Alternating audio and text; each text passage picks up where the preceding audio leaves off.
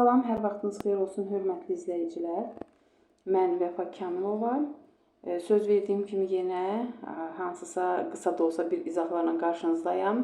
Vaxt olduqca paylaşırıq bu cür paylaşımlar, amma vaxtımız yəni çox məhdud olduğuna görə, işlərimiz çox olduğuna görə belə paylaşımları çox eləyə bilmirik. Hər halda bacardığımız qədər köməklik etməyə çalışırıq. Bildiyimiz kimi, axırıncı qeydiyyat hansı ki, kitabxanalar üçün, kitabxanaçıların işə qəbulu üçün, deməli, kitabxana müdürü, laborant, təsərrüfat müdürü, hərbi rəhbərlərin vəzifəyə təyin olunması ilə bağlı imtahanlar üçün qeydiyyatlar başlamışdı. Qeydiyyat aprelin 6-sına kimidir, bildiyiniz kimi, Bakı şəhəri üçün.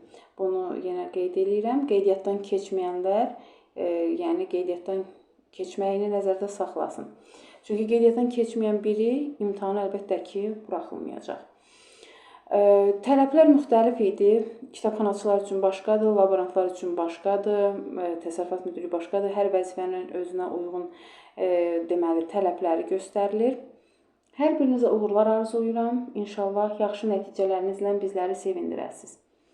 Deməli, burada naqildə baş verə biləcək, naqillə bağlı, elektrik naqilində yanğın baş verərsə, hansı deməli tədbirlər görülməlidir, necə demək davranmaq lazımdır belə olan halda. Ümumiyyətlə, baxın, bildiyiniz kimi Bakı şəhəri üçün laborantların işə qəbulu müsahibə mərhələsindən ibarətdir.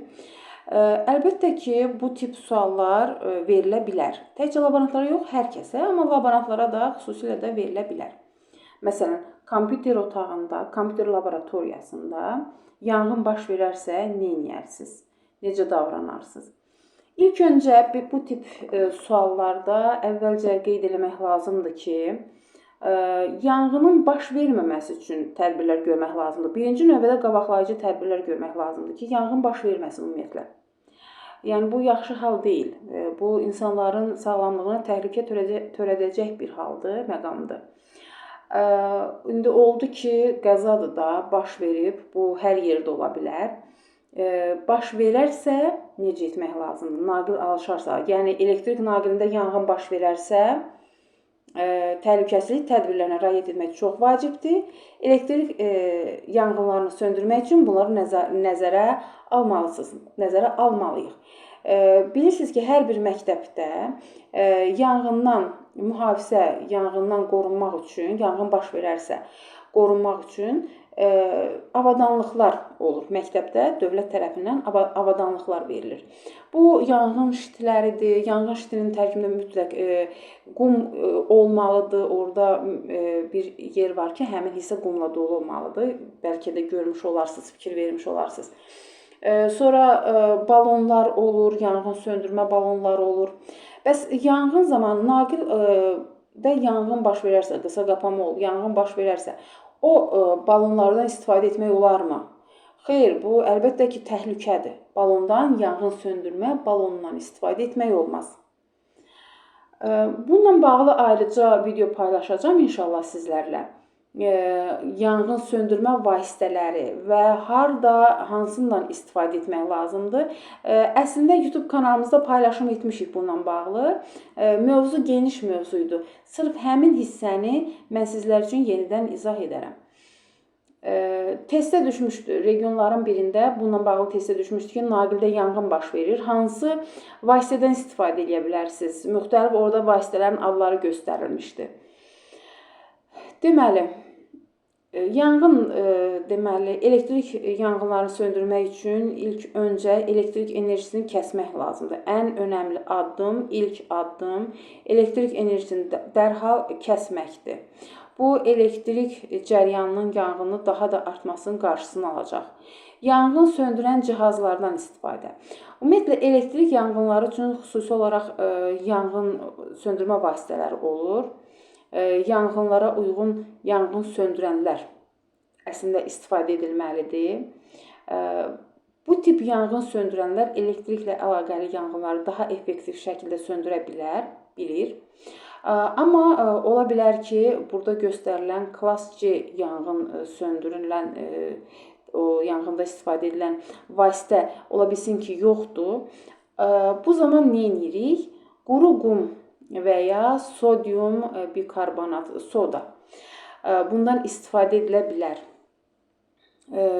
Dediyim kimi, məktəbdə binanın daxilində qum saxlanılmalıdır. Quru qum saxlanılmalıdır. Amma qum bəzən nəmli də istifadə olunur. Onu növbəti videolarımda izah edərəm. Sırf bunu nəzərdə tutmuşam izah etmək. Elektrik yanğınlarını söndürmək üçün təbii maddələr də istifadə edilə bilər. Məsələn, quru qum və ya soda. Lakin bu maddələri istifadə etməzdən əvvəl elektrik cərəyanını kəsmək çox vacibdir.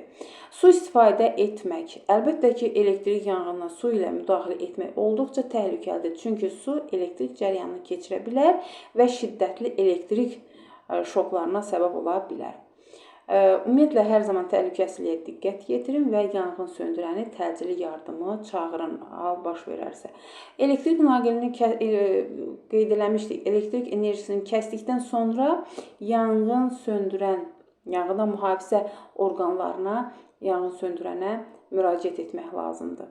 Müəssisələrdə mütləq yanğın söndürmə orqanlarının, mühafizə orqanlarının, yanğından mühafizə orqanlarının qaynar xəttinin nömrələri binalarda bir neçə yerlərdən asılmalıdır. Hamı bunu görməlidir. Bir çox tədbirlər var ki, bunlara əməl edilməlidir. Belə bu qədər. İnşallah ki, yararlı ola bilər. Sual verilə bilər bu hissələrdən. Suallarla bağlı heç kim məlumatı yoxdur. Heç birimiz bilə bilmirik ki, hansı suallar verilə bilər. Sadəcə ehtimallar. Bir də ki, bilirsiniz ki, deməli, hansı sənədlərdən, hansı istiqamətlərdən suallar düşəcəksə, həmin onların deməli, qeydiyyat linkində paylaşılıb. Belə, bu qədər. İnşallah növbəti videolarda görüşmək ümidi ilə. Onu da qeyd edeyim ki, hazırlıqlarımıza qoşulmaq istəyənlər elə burada da göstərilir. 050 859 34 81 nömrəsi ilə əlaqə saxlaya bilər. Uğurlar hər birinizə.